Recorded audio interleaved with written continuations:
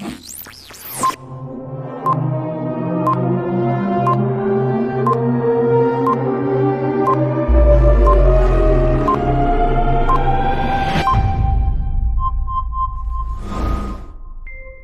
nosotros. Damos la bienvenida para ya ir haciendo el análisis del informe al doctor Augusto Tandazo, a quien le damos la más cordial bienvenida. Doctor, muy buenas tardes, bienvenido a Hoja de Ruta nuevamente. Eh, Gracias por estar presto siempre a nuestros requerimientos, pero es importante que la ciudadanía conozca y más que todo, desde otra visión, este informe al Fondo Monetario Internacional, porque a la Nación no creo que lo hizo. Muy buenas tardes, doctor. Buenas tardes, César. Un saludo a todas las personas que están contigo conectadas. Y primero me he quedado escuchándoles y comparto plenamente todo lo que dicen. Un proceso tiene que responder a las bases, no puede responder a la cúpula. Incluso a unas bases que tengan una ideología definida. No a bases, no a un gobierno que en determinado momento lo que hizo es privilegiar llenarse de neoliberales dentro del ejercicio del poder. Es que yo estoy absolutamente de acuerdo con lo que se dice. Tenemos que llevar a otro tipo de realidad. Si alguien es merecedor de llegar al poder, es para servir, no para servirse de los demás. Así es que muy interesante todo lo que les he escuchado. Pero adicionalmente hay un tema. Decía el Che Guevara alguna vez una frase que decía: podemos meter la mano, la pata, pero no la mano. Aquí metieron primero la mano. Así es que no es de que cometieron errores y pidan disculpas. No, el objetivo era meter la mano. Y entonces hay que tenerlo claro. Si me permite, César, Claro, con gusto, quisiera ir doctor. haciendo una reseña ordenada en función de lo básico que dijo el presidente en este informe. Primero, tengo que manifestar una protesta porque es un doble, se juzga o se actúa con un doble rasero. A ver, es prohibido presentar imágenes de niños en temas de carácter político o de cualquier tipo de exposición de medios. Y en esta presentación, mientras él hablaba, presentaban imágenes de niños a cada rato. Entonces, aquí sí se puede, acá no se puede. Una cosa así general que de entrada quería decirlo, que es repugnante que actúen de esa manera. A ver, voy a comenzar a citar frases que las dijo y las voy comentando.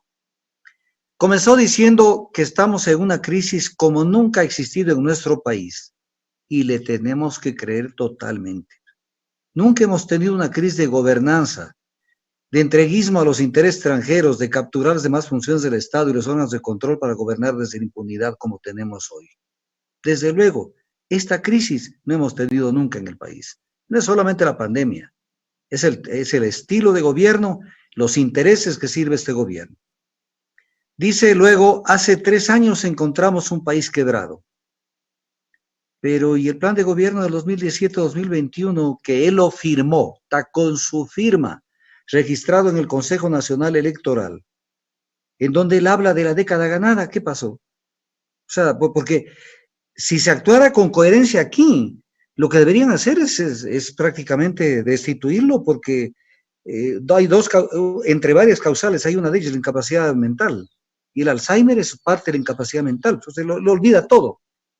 Entonces, todo lo que él firmó, que es un requisito básico para presentar una candidatura, ese plan de gobierno que lo firmó y que dice cosas como estas: no comparto la visión neoliberal de resolver los problemas del país con paquetazos, con despidos intempestivos y privatizaciones. Esto en su programa de gobierno.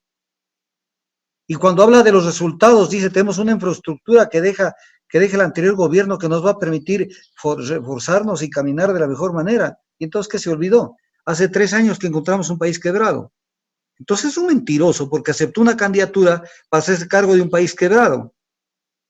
Y además le sacó ese letrero a Rafael Correa que decía: Rafael, te vamos a extrañar, hasta clavar el puñalazo. Luego dice: hemos restaurado el equilibrio democrático. ¿Qué es el equilibrio democrático? El pacto con los perdedores de la candidatura del 2017. Nunca se ha visto en la historia de ningún país que alguien llegue con los votos y se pase al otro lado, hacer el gobierno con los perdedores. Es el equilibrio democrático.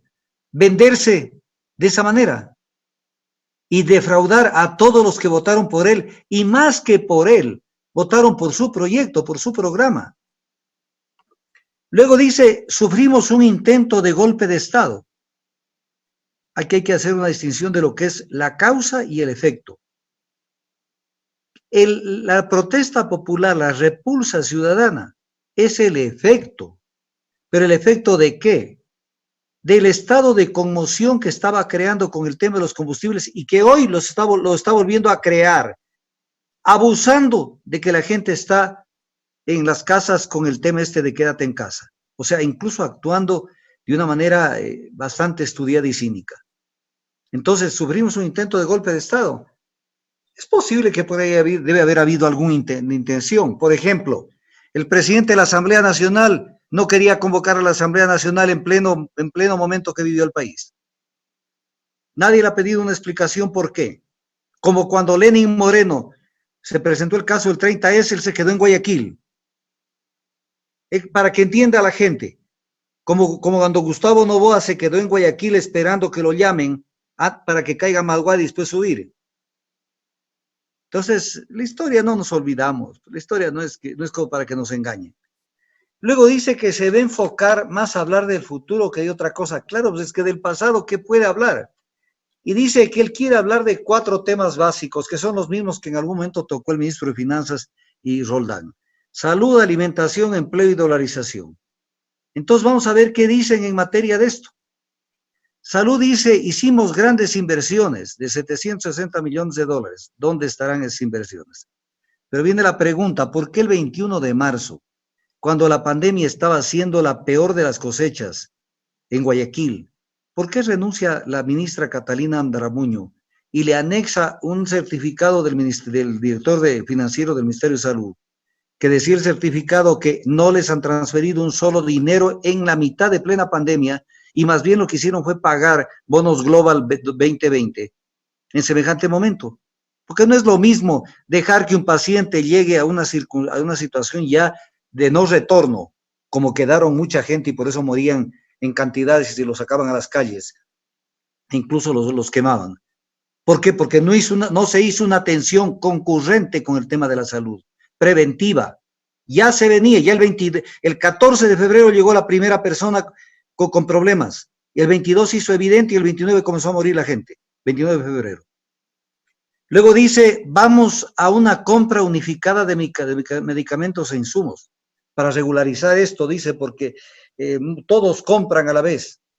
Y entonces viene la pregunta, a mí a ratos me parece que de pronto no solamente es una táctica política, sino que creo que mismo no está en sus cabales.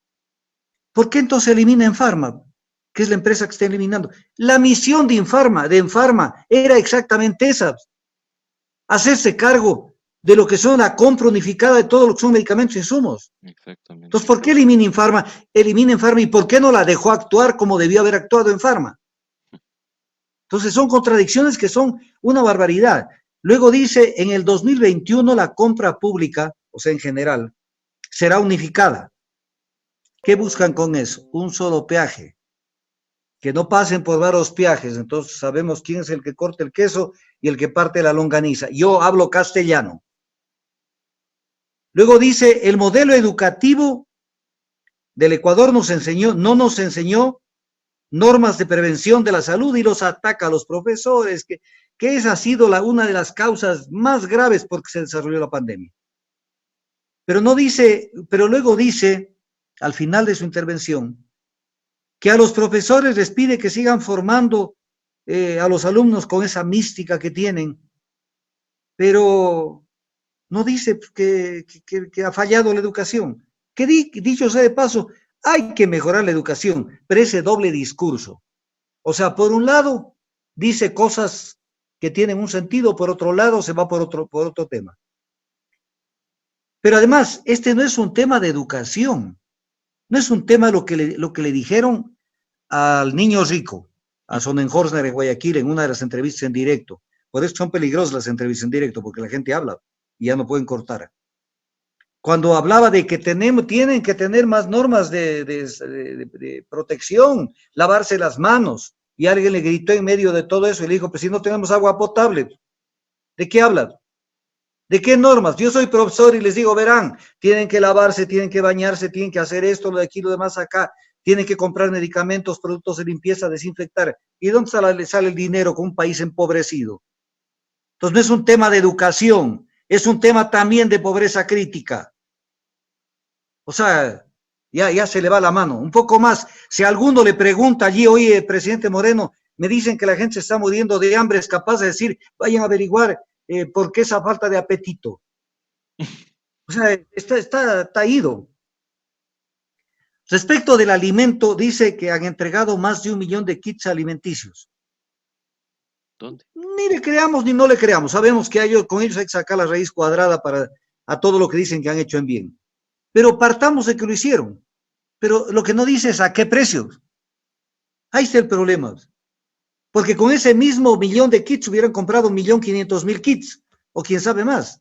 ¿A qué precio? ¿Y dónde están los sancionados? Por ese perjuicio, porque robaron en pandemia. Luego dice, hoy tenemos un manejo claro de las finanzas públicas.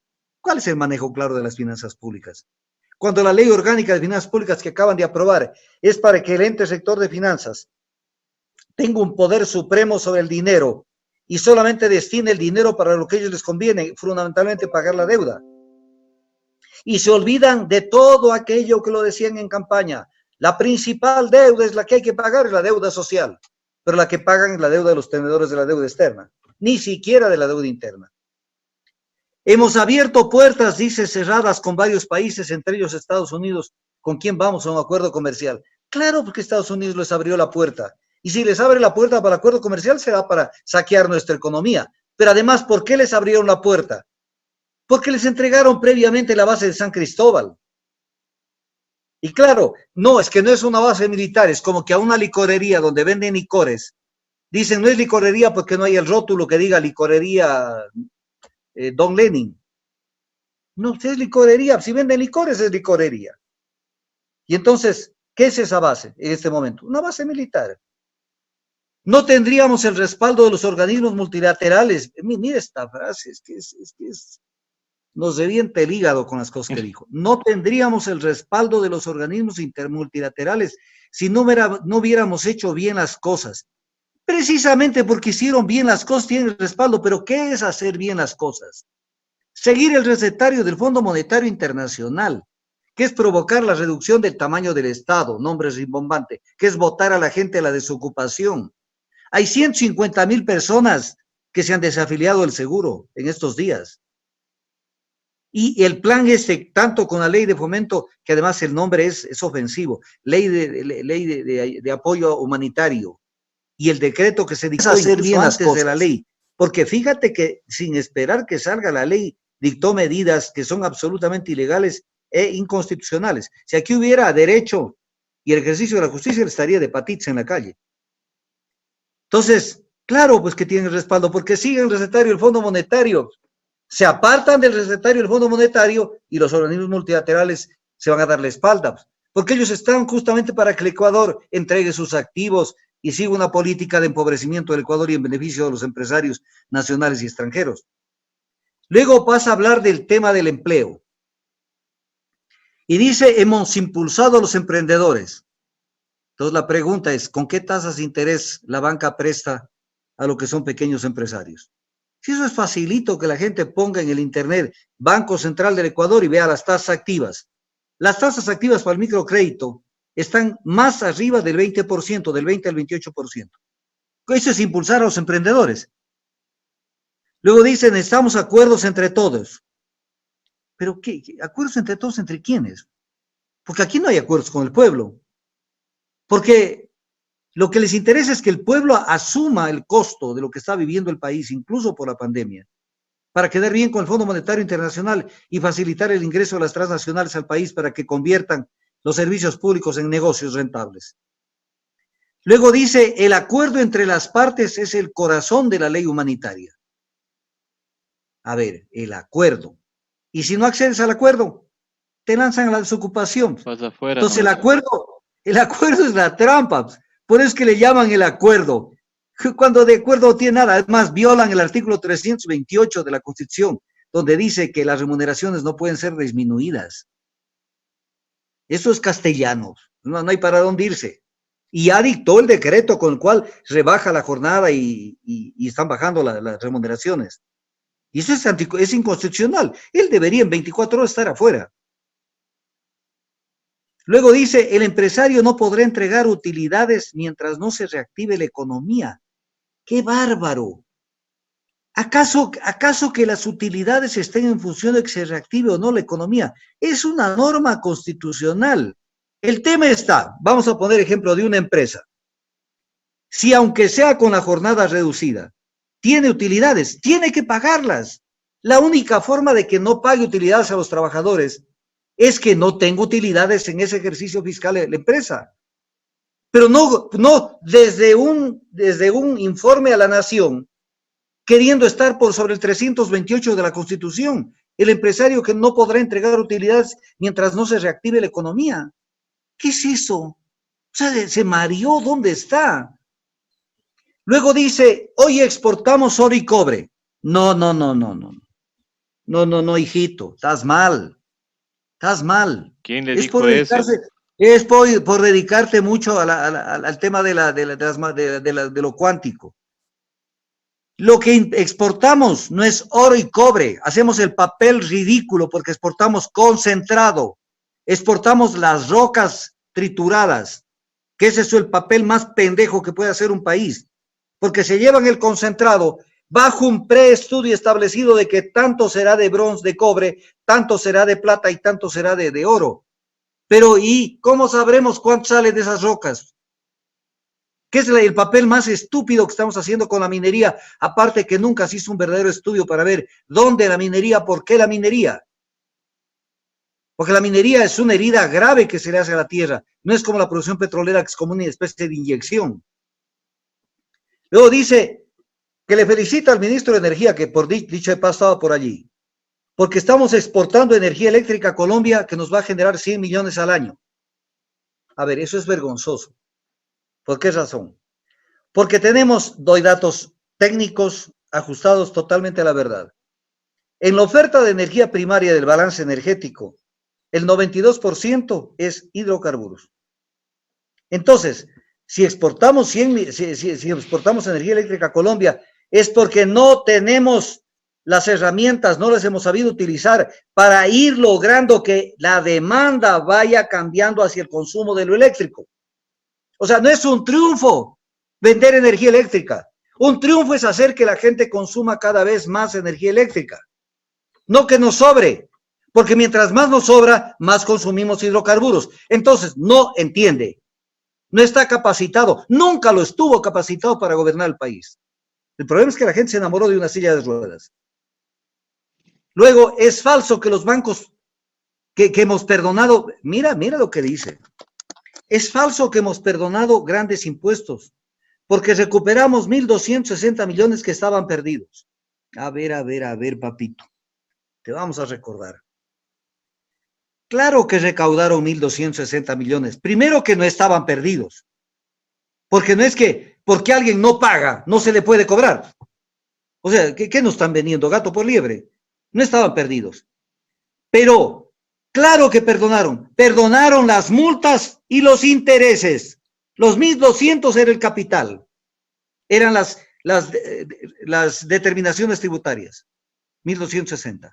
Pero perdonaron pues los intereses y el capital. ¿Qué creen que somos giles? Y lo dice, pero sin ponerse colorado. Hemos perdonado grandes impuestos porque hemos recuperado lo que estaba perdido. ¿Cómo que estaba perdido? Si alguien debe impuestos, hay que cobrarle nomás.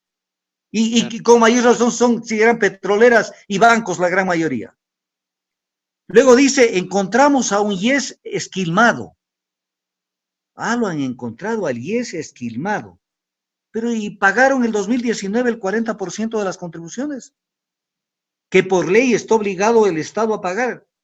Entonces, lo encontramos, más o menos es esto, lo encontramos moribundo al IES, pero ahora lo terminamos de matar. O sea, no, es que Cantinflas yo creo que tiene que volver a renacer con esto. Luego dice, el dinero de los jubilados y pensionistas es sagrado. Y aquí ojalá me estén oyendo los pensionistas y jubilados. ¿El IES se nutre de qué? De las pensiones que cobran, no de las pensiones, de los aportes que cobran, aporte patronal y aporte del trabajador. Si reducen la jornada de trabajo y que incluso en el sector privado es mayor el impacto, porque ellos están reduciendo el 25% de la remuneración y el Estado dice que está reduciendo el 16%. Pero en la ley de apoyo humanitario habla de que se puede reducir incluso hasta el 50% la jornada y pagar solo el 57, 55% y afiliarlos con base al valor de la jornada reducida. Eso está en la ley de apoyo humanitario. Ojo, está allí y lo estoy diciendo. Y entonces viene el tema. Cada vez que reducen el aporte, que ya de entrada de este rato vamos a creerle en el aporte público, hay una reducción del 16% en el aporte a la IES. Y en el aporte privado una reducción del 25%. ¿A quién le afecta? Al Seguro Social, pues. Al Seguro Social. ¿Por qué? Porque el dinero de los jubilados y pensionistas es sagrado, pero le está afectando. Dice que hay 150,000 personas que han ido a la desocupación en los últimos tiempos. Lo que sí tengo el dato, que son 110,000 personas que salieron de la afiliación al Seguro Social. 110,000. Eso es menos dinero al Seguro Social. Menos dinero al Seguro Social, menos dinero para los pensionistas. Si normalmente toman plata de salud para pasarla a los pensionistas, eso, lo que están haciendo con la ley de apoyo humanitario es darle el golpe de gracia al Seguro Social. Porque va a tener, el Seguro Social necesita 480 millones anuales para funcionar. Con todos estos golpes va a llegar a tener unos 340 millones. Y entonces, ¿cómo quieren que viva el Seguro Social? Y respecto del Seguro Social dice una cuestión que es grave. Dice, no, es que tienen, esto me recuerda al ministro Carlos de la Torre, que Raimundo y todo el mundo en estos tiempos, últimos tiempos, lo vive invitando. Este tipo que cuando le decían que hay que pagar la deuda interna, ¿qué es la deuda interna? La deuda del Estado al IES, pues. La deuda del Estado a la Reserva Monetaria. Y le decían que hay que pagar, dijo, no, la deuda interna es como deberle a la esposa. Entonces, pero Moreno respecto a la deuda anterior, dice, hemos pagado deudas ajenas, que hay dos estados ecuatorianos, el estado ecuatoriano que estuvo a cargo Correa y el estado ecuatoriano que está a cargo Moreno, es el mismo estado, pues. El estado debe desde ACEFU al Seguro Social. Y hay que pagarlo del estado, no deudas ajenas. O sea, oye, gracias Lenin Moreno, ¿qué era de tu plata que pagaste para que digas deudas ajenas? Si es deuda que hay que pagarla, el estado está comprometido por ley. Porque si no quiebra el Seguro Social. Luego dice, hemos logrado que vayan muchas personas a la cárcel, pero menos ellos. Claro. O sea, Claro, Raimundo y todo el a ellos no mundo, les topa a nadie. pero ellos caminan libremente y sin grillete. Claro. Y por ahí se encuentran a alguien, le dicen que vaya a firmar nomás, se presente y que no salga del país. Luego dice esta frase, refiriéndose a la batalla del Pichincha, dice, heredamos una cultura indómita, o sea, una cultura de rebeldía. Pero ya nos preparan el terreno con el ministro de Defensa y sus declaraciones que cuidado, en las protestas haya ninguna cuestión y sale Roldán a decir que caerá todo el peso de la ley contra los que hagan esas protestas. Y entonces, ¿dónde queda la cultura indómita? O sea, es la cultura indómita, pero tapado la boca, bajando la cerviz, bajando la cabeza, inclinados de rodillas. ¿Por qué te acuerdas de la batalla del Pichincha? Si ustedes no están a favor de procesos en donde el Ecuador se ha liberado de varias tiranías. Entonces, hemos heredado una cultura indómita. Pues la van a ver a la cultura indómita dentro de poco. Dentro de poquísimas horas, la van a ver a la cultura indómita. Y espero que le manden un mensajito a la fuerza pública y a la policía, a las Fuerzas Armadas y a la policía, de que no pararán la cultura indómita. Porque esto no es para hablar nomás, hablar de los héroes. Felicito a los policías y militares, dice, que han estado en primera línea cada vez que los ha necesitado el país. Chuta, ¿cuándo han estado en primera línea? En las protestas, claro que estuvieron en primera línea. Hubieron 11 muertos, hubieron 500 y pico de heridos y más de 1000 y pico de detenidos. En la pandemia, me da pena. Policías y militares estuvieron, sí, en primera línea, pero sin insumos y sin medicamentos para protegerse. Que de eso incluso protestó el ministro de Defensa el 9 de abril de este año. Entonces, esa frasecita, felicito a los policías y militares que han estado en primera línea cada vez que han estado el país. Por eso decía una enfermera en una declaración, nos lanzaron a una guerra sin armas. Y en este caso, los policías y militares, en esta guerra de la pandemia, no podían sacar sus revólveres, ni sus pistolas, ni sus fusiles. Lo que necesitaban eran trajes de bioseguridad, necesitaban pruebas de PCR. Y una cantidad de cosas que en la próxima entrevista de Hoja de Ruta voy a tratar el tema de las pruebas. Ya, doctor. Te voy a pedir que me des un chance. Claro, porque el ministro de Salud nos pegó una tomada del pelo con ese tema, no. Que ha hecho un muestreo, como que fuera un muestreo de estos sondeos de votos. No, es que no ha habido tiempo de tratar todo, porque son tantas las estupideces que no nos alcanzamos. Luego dice, las instituciones de seguridad social, IES, ISFA, ISPOL, mantendrán autonomía, o sea, como que él está garantizando. Oye, y en el proyecto de ley de organización de las finanzas públicas que enviaste a la Asamblea, que ahí le quitaron lo que tú enviaste, ¿tenía autonomía según ese proyecto de ley que enviaste hace poquito? ¿O le estabas haciendo depender de lo que llaman ellos el ente rector de finanzas públicas, al IES, al ISFA y al ISPOL? Y por eso hubo que hablar. Yo incluso tuve una intervención en la Comisión de Desarrollo Económico de la Asamblea, una intervención virtual, para explicarles que era incluso violación constitucional. Entonces, ahora sale, las instituciones de seguridad social mantendrán su autonomía, pero no quisiste mantenerles la autonomía, porque el proyecto de ley le mandaste de otra manera el proyecto. En la Asamblea se le quitó eso porque era inconstitucional. Luego dice, desde el 2017 vengo combatiendo la corrupción. Claro, pero mirando al pasado. Claro. Y la campante, la de ese momento, para eso miran para otro lado. Hoy Ecuador dice, cuenta con autoridades de control que responden a los intereses puramente nacionales. A ver, yo le cambiaría la redacción. Hoy Ecuador cuenta con autoridades de control que responden al 7 veces sí, donde le metieron no sé qué cosa al pueblo ecuatoriano para engañarlo, crear un consejo de participación ciudadana a cargo de Trujillo, un hombre deleznable para el país, para la historia de este país, que violaron la Constitución con el pretexto de apoderarse de las funciones del Estado y los órganos de control, para dos cosas, perseguir a quienes les daba la gana y lograr impunidad. Esa era la redacción del informe. No que responden a intereses puramente nacionales. ¿Por qué no han investigado pues, entonces las otras cuentas? ¿Por qué investigan la campaña del 2013 y no investigan la campaña del 2017? O sea, no existe. La van a pasar de la historia directo vamos a pasar del 2013 al 2021. Claro. Luego, apoyamos las iniciativas para recuperar el dinero de la corrupción. ¿Cuáles?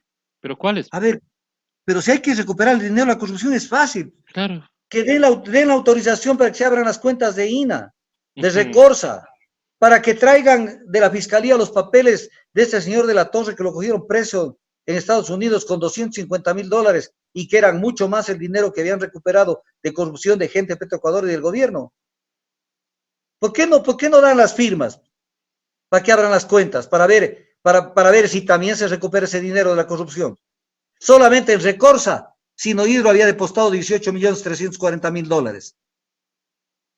¿Y en qué momento le han llamado a la hija de Conto Patiño y a su esposo para que responda y para que se abra esa olla podrida? Y ahora que ya la asistencia penal internacional ya está acá, ¿no? Pero ya tiene la fiscalía sobre ese tema y la fiscal no ha hecho nada.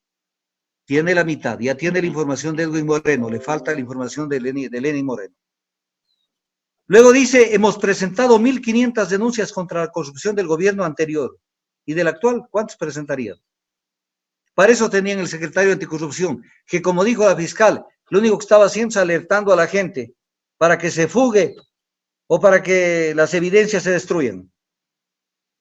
Luego dice, trataremos que las sanciones penales sean más drásticas en casos de corrupción, en casos como en casos de pandemia.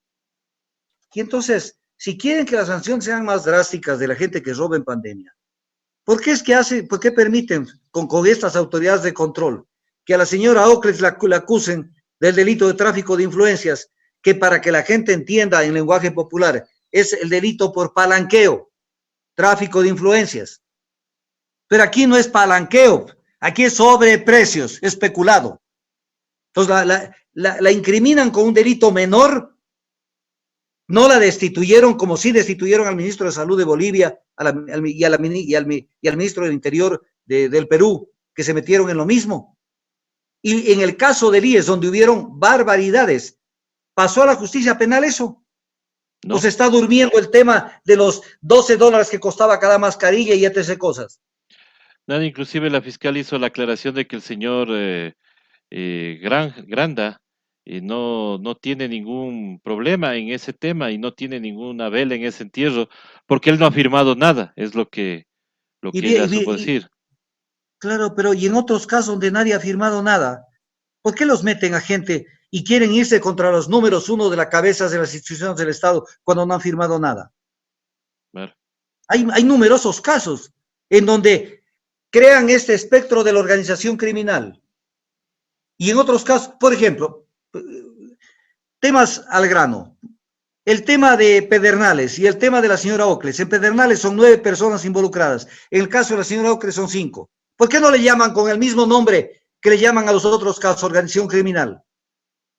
¿Para qué? Para que les apliquen el delito de asociación ilícita y les Ujú. apliquen la agravante de actuar en pandilla. Entonces ahí no. Pero a futuro van a dejar el tema de las sanciones drásticas. Luego dice, en el Ecuador realizan pirotecnia política. Oye, y si el primero que usa cohetería de todo tipo para distraer, para hacer circo, para perseguir, es el gobierno. Luego dice, la pandemia alteró programas y proyectos que estaban en marcha. César, ¿qué estaba en ¿Cuáles? marcha? Eso, ¿Qué eso, estaba en ¿cuáles? marcha? Lo único que estaba en marcha era el despojo de los activos del Estado que iban a pasar y van a pasar a las transnacionales, como son las refinerías, como son las hidroeléctricas, como CNT. Entonces, luego comienza a mandarle loas al vicepresidente que le mandó en 3 oportunidades en su discurso. ¿Por qué? Porque ellos saben que ahí hay una fractura, pues. ¿O qué Claro, nos olvidamos lo que le dijo el padre de Sonnenhorstner a la a ruptura. ruptura de los 25? Entonces, pero se olvida, por ejemplo, ¿por qué el COE le quitaron a Otto y se lo pasaron a Romo, a María Paula Romo? Por la bronca con el vicepresidente Por y quiere supuesto. hacerse el día buenas, porque sabe que el vicepresidente en algún momento lo puede chicotear. Y más que él, que creo que a él le falta algo, como para tener un poco más de presencia y de energía, el padre de él algún rato va a salir a decir más de una verdad, Ujú. Ramón Sonnenhorstner. Y entonces le manda montonera de loas a cada rato al vicepresidente. Dice que el vicepresidente dirigió desde la primera línea de combate, desde la primera línea de combate, el ataque a la pandemia. Entonces uno dice, oye, no le hagas tanto favor. Si fue un fracaso, pues la guerra a la Por pandemia. supuesto, pues es que esa es la Entonces, intención, hacerle quedar mal, entonces, justo. él estuvo en primera línea de combate y le manda loas al vicepresidente. Entonces le hace quedar mal, porque el vicepresidente estaba dando golpes mediáticos para la campaña de 2021, incluso en plena pandemia. Y el resultado fue desastroso porque ni siquiera pudieron contar el número de muertos. Y nos siguen engañando que ese era el número de muertos, cuando eso está, pero súper alejado de la realidad. Mientras tanto, se dedicaron a pagar la deuda externa en plena pandemia. Dijo, gracias a todos los que han puesto en riesgo la vida. Pero recuérdate al inicio de la intervención del informe. Dijo, estoy aquí pese a que estamos corriendo riesgos. Él no ha corrido un solo riesgo. Como yo lo digo y lo vuelvo a decir, tenemos un barco que está enfrentado a olas sumamente fuertes y peligrosas y el capitán está escondido en un camarote. Entonces, gracias a todos los que han puesto en riesgo la vida, menos yo. Más o menos esa partecita le faltó, que hay que corregirle, coma, menos yo. Y lo raro es que asoma al informe, siendo él una persona de riesgo, de alto riesgo, sin tomar las medidas necesarias, ¿no? Porque ni con mascarilla somos. Bueno, mira lo que dice acá. Esta sí no la voy a comentar. Ya. Esta sí la dejo y más bien les pido que la gente la comente, a ver qué sapos y centellas salen. Dice que 2 millones de ecuatorianos recibieron la atención debida en la plataforma 171, en esa plataforma que nunca funcionó y que le hicieron pruebas todo el mundo de que se llamaba y no contestaba nadie. Pero contesten ahí, quédense con esto para que se expresen. 2 millones de ecuatorianos recibieron atención en la plataforma 171. Luego comienza a hablar del tema de la dolarización. Dice, hemos evitado el colapso del país. A ver, el país está en la cuerda floja, está caminando sobre el filo de la navaja. Lo que han evitado es el colapso de los tenedores de los bonos. Lo que están evitando es que se les meta la mano, no para robarles, sino para pedirles que contribuyan, por ejemplo, a la banca. ¿Acaso no anunciaron hace 2 meses que a la banca también se le va a pedir que contribuya? Así es. Ellos ganaron el año pasado 960 millones de dólares. ¿Qué se les pidió a la banca en los proyectos de ley? Nada, Nada, absolutamente. nada. Y hemos evitado que colapse el país. Hemos evitado que los tenedores no dejen de cobrar. Hable claro.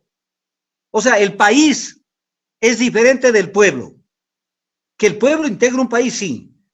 Pero ha dependido las cifras macroeconómicas. Pero el pueblo está muerto de hambre. Claro. El pueblo está en una miseria desastrosa. Está en una situación desde antes de la pandemia. Porque antes de la pandemia, porque luego dice, mira, dice, hemos perdido 150,000 empleos. Hemos perdido. Esto es lo que decía la afectación del IES. Pero antes de la pandemia, el 61% de la población económicamente activa estaba ya en la informalidad y en la desocupación. Y esto lo dice el INEC, no lo digo yo. Y lo que se vendrá cuando aplique, que ya va a aplicarse el 1 de junio, la reducción de la jornada laboral y de las remuneraciones, y se utilice esa interpretación mañosa del artículo 169 del Código del Trabajo, del numeral 6 del 169 del Código de Trabajo, para justificar como una especie de fuerza mayor el que voten la gente a la calle. Entonces tendremos más desocupados. Por lo tanto, el 61% que ya tenían de desocupados antes de la pandemia crecerá de forma exponencial. Luego nos anuncia que los servidores públicos trabajarán el 25%, su remuneración será del 16%. Viola el artículo 328 de la Constitución. Y que los privados, le estoy recordando, ya le están contando el 25%. Yeah. Estamos saneando las finanzas públicas, dice luego. ¿Qué es sanear las finanzas públicas? Privilegiar el pago de la deuda. Claro. Eso es sanear las finanzas públicas. Apostar en Wall Street nuestro dinero, doctor. Apostar, y no solo eso, no, que ocultar los pagos. Claro. O sea, salen a decir, hemos pagado el capital, y tenemos que nosotros enterarnos que de una forma tramposa, con otra cuenta y por otra vía, por la bolsa de Luxemburgo, pagan los intereses de los bonos. Luego dice, no me interesa ser popular. ¿Cómo que no le interesa ser popular? Y la propaganda política pegajosa que hemos tenido durante todos estos 3 años. El gobierno medio presentaban cualquiera deficiosidad. El gobierno de todos. El gobierno de todos. No me interesa ser popular. Cuando no tengas con qué pagarte una propaganda, va a ver que no te vas a quedar acá, porque acá no creo que puedas caminar por la calle. Luego dice, el gobierno ha hecho su parte, pero va a subir el impuesto a los que más tienen, pese a que esta propuesta no tuvo aceptación. ¿A qué se refiere? Que nada más que el 20% de lo que se pensaba recaudar con la ley de fomento, de esta ley de ayuda humanitaria, le iban a cargar a las empresas que ganen más de $1 millón. A eso se refiere. Y dice que esto no tuvo aceptación. Lo que da a entender es que con el veto parcial les va a hacer que sí paguen. Pero viene el tema, pero que no nos tome el pelo, porque como estaba organizado el tema era para que sea un crédito tributario, para que se lo descuente del año fiscal del 2022. Con lo cual, aparte de que es una trampa, porque no pagan, lo deja al gobierno que esté en el 2022 con menos ingresos. Porque le van a presentar unos papeles, yo pagué esto en el año 2020 cuando el señor Moreno dijo que paguemos y que lo descontemos de los impuestos del 2022. ¿Está claro o no está claro? O sea, la zapada, la ley de la zapada es la ley en el Ecuador. Luego dice que viene, mire esto, César y distinguidos amigos que nos están ayudando. ¿Qué dice? ¿Qué viene en este último año? Dice, anunciando cosas, lo bueno claro, que viene. Lo bueno que viene, lo mejor. Dice, será el primer año del nuevo Ecuador. Entonces yo le contesto, con más desocupación, porque va a haber una desocupación, con más violencia, porque la desocupación lleva a la violencia. A la gente no se le puede decir, ¿sabes qué? No tienes que cómete la suela de los zapatos. Con más paquetazos que ya comenzaron. Y que cuando la gente siente el golpe del tema de los combustibles, recién se van a dar cuenta de que si veo el petróleo a subir, que está subiendo, ya está recuperándose, tendrán que pagar no sé qué cantidad de dólares por cada galón de extra y por cada galón de diésel. Vendrán más privatizaciones. Y cada privatización le quita dinero al Estado porque de todas maneras las empresas públicas generan recursos para el Estado. Y adicionalmente, cada vez que privatizan algo, botan a la calle a la gente. Luego dice, la organización criminal que se organizó desde la presidencia. Ay, Dios. Y cuando se organizó esa organización criminal. A él no le llamaron. No, él estaba él estaba en Luna, en Marte, ¿dónde estaba? ¿Dónde estaba él? O sea, voy a poner un ejemplo así, sencillo. Quiere criticar a Odebrecht, el caso Odebrecht. Ese fue cuando él era vicepresidente. Te puedo dar fechas así de memoria. 7 de abril del 2007 se hace el vaciado del túnel de conducción de San Francisco y se ve que tenía daños. Y sin embargo, después se firmó el acta de entrega-recepción, vino el tema, les pagaron al BNDES, los brasileños no querían pagar, después vino el acuerdo para que paguen, les eliminaron las glosas. Todo eso mientras él era vicepresidente. El endeudamiento que tanto él critica, ¿cuándo comienza? Diciembre del 2009. ¿Quién era vicepresidente de la República? Él. Y entonces, ¿qué tenía? ¿Qué tenía algún problema en la boca que no podía hablar? Claro. Sí, o sea, voy a poner este ejemplo. Desde luego que tú entenderás, yo no tengo nada que ver. Yo tengo mi ideología muy bien definida, yo no soy neoliberal. Pero, por ejemplo, si llegaba un Guillermo Lasso, hubiera tenido todo el derecho de decir, yo no estoy de acuerdo con tal o cual cosa. Claro. Él Pero sí, no porque sé, no estuvo, pero él sí, pues. porque no estuvo, pues sí, él estuvo en todo, y después estuvo en la construcción del proyecto para el 2017, porque recuérdate esa hermosa carta que le mandó a Doris Solís, haciendo él una serie de comentarios y de aportes. Yo tengo todo eso. Y luego, cuando firmó el programa de gobierno para lanzarse candidato. Y entonces ahora sucede que ha habido una organización criminal desde la presidencia de la República, pero él no ha estado en cuenta. ¿Quién sabe cuando se vayan le descubren más de alguna travesura? Claro. Y luego nos dice que va a reformar la ley de empresas públicas. ¡Qué miedo! ¿A dónde querrá llevar con ello? A vender Luego todo, dice, pues, tengo el doctor. orgullo de ser compañero del vicepresidente de la República. Compañero, verás la palabra. Claro. Pero es amigo, es pana de ruptura de los 25, que son la antípoda del vicepresidente. ¿Y quién está en el poder? ¿Quién es el que queda encargado en este momento de representante legal de la presidencia? No es Sonnenholzner. No. Entonces, pues tengo el orgullo de ser a mí me dice eso y no lo regreso a ver. Porque encima de que... O les denuncio ese rato, doctor. Claro, o sea, porque encima de que lo hacen de lado, lo cual a mí no me alegra, ni tampoco me entristece, porque él es el niño rico que lo que buscaba la oligarquía, decirlo promocionando para ver si tenían candidato. Pero se está burlando de él. ¿Acaso que todos no sabemos las razones de la bronca? ¿Y por qué le quitaron el manejo del COE? Entonces, luego dice que él nos pide estos 3 lemas con el cual nos manejemos de aquí a futuro. Fuerza, justicia y amor. Esto es como pan, techo y empleo, más o menos. Igualito. O sea, Fuerza, justicia y amor. Recordaránse todos. No se olvidarán, ese es el lema. Fuerza, justicia y amor. Pero yo le quiero poner algo más. Fuerza contra el pueblo. Justicia persecutoria contra quienes lo llevaron al poder. Amor a los paraísos fiscales, a las transnacionales y a los grandes grupos empresariales. Esa es la fuerza, la justicia y el amor que él tiene. Y finalmente, cuando termina su intervención, dice que agradece a las fuerzas políticas que lo han ayudado. Claro, hijito. Los que gobiernan con él, pues. Es el político con los neoliberales, es el pacto político con los neoliberales. Y ese es tu informe a la nación, informe adefesioso, creyendo que con unas frases bonitas, que antes le creían porque hablaba como abuelo, como el abuelo bueno, pero ahora ya la gente ya no come cuentos. La gente sabe que más allá del discurso hay una realidad lacerante. Una realidad lacerante y una realidad muy dura que tiene el país y que tiene que encontrarle su solución. Porque solamente aquí tiene que esa frase que siempre tenemos que utilizarla recurrentemente. El pueblo salva al pueblo. Porque la gente es tan cómoda. Tenía una entrevista con Azuay Unido ayer. Sí. Y por ahí alguien se metió con una pregunta y dijo, y doctor Tandazo, ¿por qué usted no manda una carta a la Corte Constitucional? O sea, claro, todo el mundo tranquilo en las casas creen que es con una carta.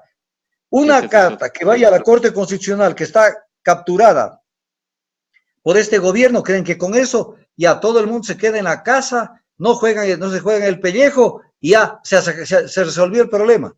¡Ah, qué comodidad! Tal manera de que este es el informe que acaba de leerlo el presidente de la República. Si me regalas, César, y eres tan amable, sí, me regalas unos 10 minutos menos, tal vez.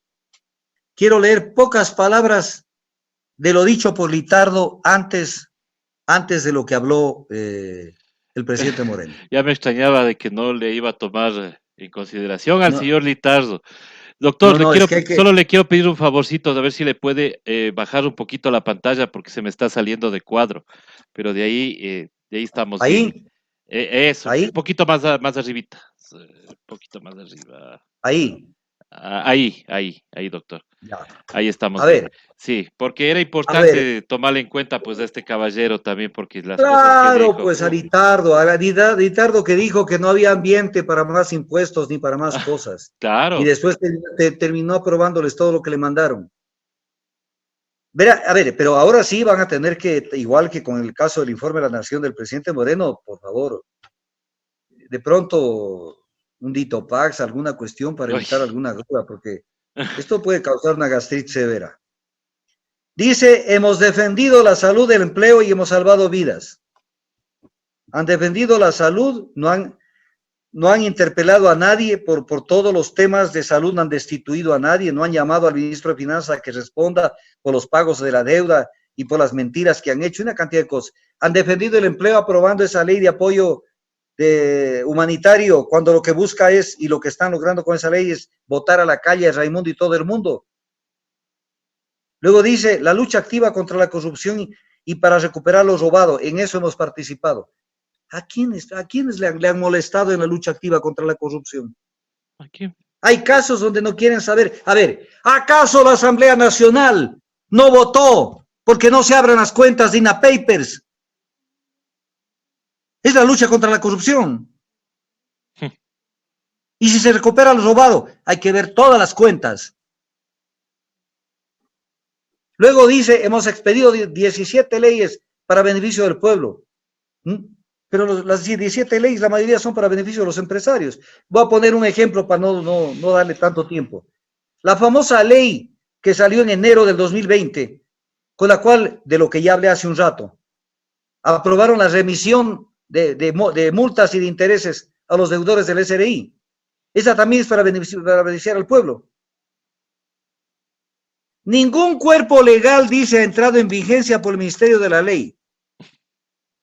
Claro, desde luego, es porque tienen un pacto. Claro. Ahora se les está queriendo romper porque entramos al 4.º año de la vaca lechera.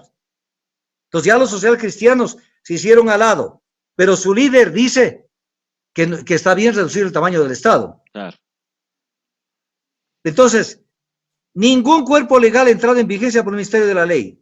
Entonces yo le voy a hacer una preguntita a Litardo, que no me la va a contestar desde luego. Hay un documento que es vital en el manejo de un país, y ese documento se llama Presupuesto General del Estado, porque ahí está cómo se va a gastar la plata. El presupuesto del 2019 entró por el Ministerio de la Ley, porque no dieron quórum a propósito, miraron, se fueron a los baños, a lo que sea, con tal de no aparecer y que pase directo. Y lo mismo el presupuesto del 2020. Entonces, ¿qué cree Plitardo? Que estamos nosotros en la luna, que no entendemos. Luego se mete en camisa de once varas este pobre hombre, cuando ataca, dice, el virus de las noticias, o sea, de las fake news. Oye, pero ¿y la pandemia viral que viene de la información pública, que es mentirosa, del poder económico nacional e internacional, con la complicidad de los grandes medios de comunicación social? Hoy ventajosamente tenemos plataformas digitales como Hoja de Ruta y otras más, con las cuales podemos expresarnos. ¿A cuál virus de las noticias se refiere? No creo que se esté refiriendo a Ecuavisa, a Teleamazonas, al diario El Comercio, al diario Universo. ¿A quién se refiere? A esas noticias que no las pueden controlar, a esa información que no las pueden controlar. ¿A cuál virus de ellos salió la información de cómo estaban comprando los insumos y medicamentos médicos a semejante sobreprecio? No, eso tampoco salió de los grandes medios. Luego dice, y esto es una sinvergüencería porque no habla de la asamblea, habla del gobierno, siendo que él es de la asamblea, pero como es comilitante con Alianza País, dice, este gobierno defiende la autonomía del IES, ISFA y ISPOL. Y entonces es otro desmemoriado que se olvida lo que contenía el proyecto de ley de organización de las finanzas públicas, en donde los hacían depender a estas instituciones de seguridad social del ente rector de las finanzas públicas. Luego dice que nadie les quepa la menor duda que estas leyes son beneficiosas para el país. O sea, se refiere a las dos últimas. Oye, ¿no te da vergüenza decir eso? Son beneficiosas para la gente que le pegan una patada en el trasero y le mandan a la calle. Son beneficiosas para los que les reducen el sueldo. Cuando ese sueldo, que no es grande, lo tienen listo para pagar posiblemente el departamento que compraron, la casa que compraron, o el arriendo si todavía no tienen casa, los electrodomésticos, la tarjeta de crédito, las pensiones alimenticias, y que a nadie le quepa una menor duda de que estas leyes son beneficiosas para el país. Y luego dice una cosa y te la dejo allí boteando, te dejo ahí la pelota te la paso a ti.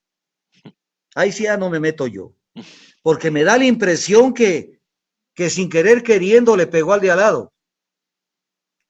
Dice, la guerrilla nunca ha tenido espacio en nuestra gente. Esa te lo dejo allí. Claro. Claro. Con el flaco querido a lo menos, con el comandante Juan dentro del gobierno. No venga al flaco querido le decían comandante Juan porque estaba dando misa y de acólito de algún cura en alguna iglesia. Claro. Y entonces la guerrilla nunca ha tenido espacio en nuestra gente. Y hay más de una persona que quedó inválida por meterse en este tipo de cosas. Claro. ¿Quién será? No sé, eso hay que preguntarle al Manuel. El Manuel es el que sabe. Manuelito es el que sabe eso. Ay, doctor, entonces, sí, es terrible. Entonces, César, ahí tienes un resumen organizado en el orden en que hay unas otras cositas que no hay para qué tocarlas. Decir que Elvira ha dicho y la ha felicitado por las casas que están construyendo, cuando ofreció regalar, aparte de las que iba a construir para vender, iba a regalar 199,000 casas. No hay ni una. Ofreció $150 de bono. Claro. De la pobreza. Era como Maguad cuando ofreció empleo, pero nunca le dijo a la gente que el empleo era en España, para que después del periodo bancario se vayan del país. Ahora tenemos un problema, César, que es importante que la ciudadanía lo vea. Con esta crisis, si no le paramos en seco el problema, si no la paramos de la manera que sea, después no tenemos salida y te voy a explicar por qué. Y esto como colofón de la entrevista. No tenemos a dónde ir. Porque después de la pandemia, los controles que tendrán los países con el tema del coronavirus serán brutales. Tanto que se habla de que prácticamente, aparte del pasaporte que tú necesitas para viajar, vas a tener que cargar certificados y Así es. pruebas que te van a hacer. Quién sabe te hagan lo que hacen en el Reino Unido y la Gran Bretaña. Te voy a poner un ejemplo, es un poco duro lo que voy a decir, pero es la verdad. Tú, por ejemplo, si quieres llevar un animal al Reino Unido y la Gran Bretaña, me refiero no a un animal de la selva, sino un perro, por ejemplo. Te vas a vivir en el Reino Unido. Tú llegas con el animal, no lo sacrificas, no te dicen tráigalo para acá, va a cuarentena. Pero tienes que pagar unas cifras escandalosas porque te tengan el perro. Recién a los 40 días te lo devuelven. Entonces, cuando quieras irte a esos países, primero, van a haber más requisitos para las visas. Y segundo, van a casi etiquetarte a cada persona. Yo pienso que con el tiempo de pronto hasta nos ponen un chip para Sí, saber quién es el que tiene, no solamente, ya no será el tema del coronavirus, a el otras que tiene enfermedades. hepatitis, el que tiene fiebre amarilla, el que tiene lo que sea, el que tiene, porque hay mucha gente que es portadora de enfermedades que no las desarrollaron. Entonces vendrá una xenofobia bárbara en el mundo. Es lo que la gente no ve. En la época de Maguad la gente pudo salir a España y a Estados Unidos. ¿Y hoy a dónde? ¿A dónde va a Ninguna. ser la salida? Entonces, la gente tiene que pensar que si ahora no se preocupan de construir un país sano, un país amigable, un país que sea un estado que sea un paraguas, no para que sea paternalista, sino que sea un estado que de alguna manera proteja los derechos esenciales, los derechos humanos de los seres humanos, genere empleo, que no esté mirando el interés extranjero que deja una comisión en el extranjero en algún banco. Entonces, el pueblo, si hoy el pueblo se agüeza, por ahí me equivoqué en una letra, espero que después no se arrepientan. Es ahora. Es ahora. Gracias, César.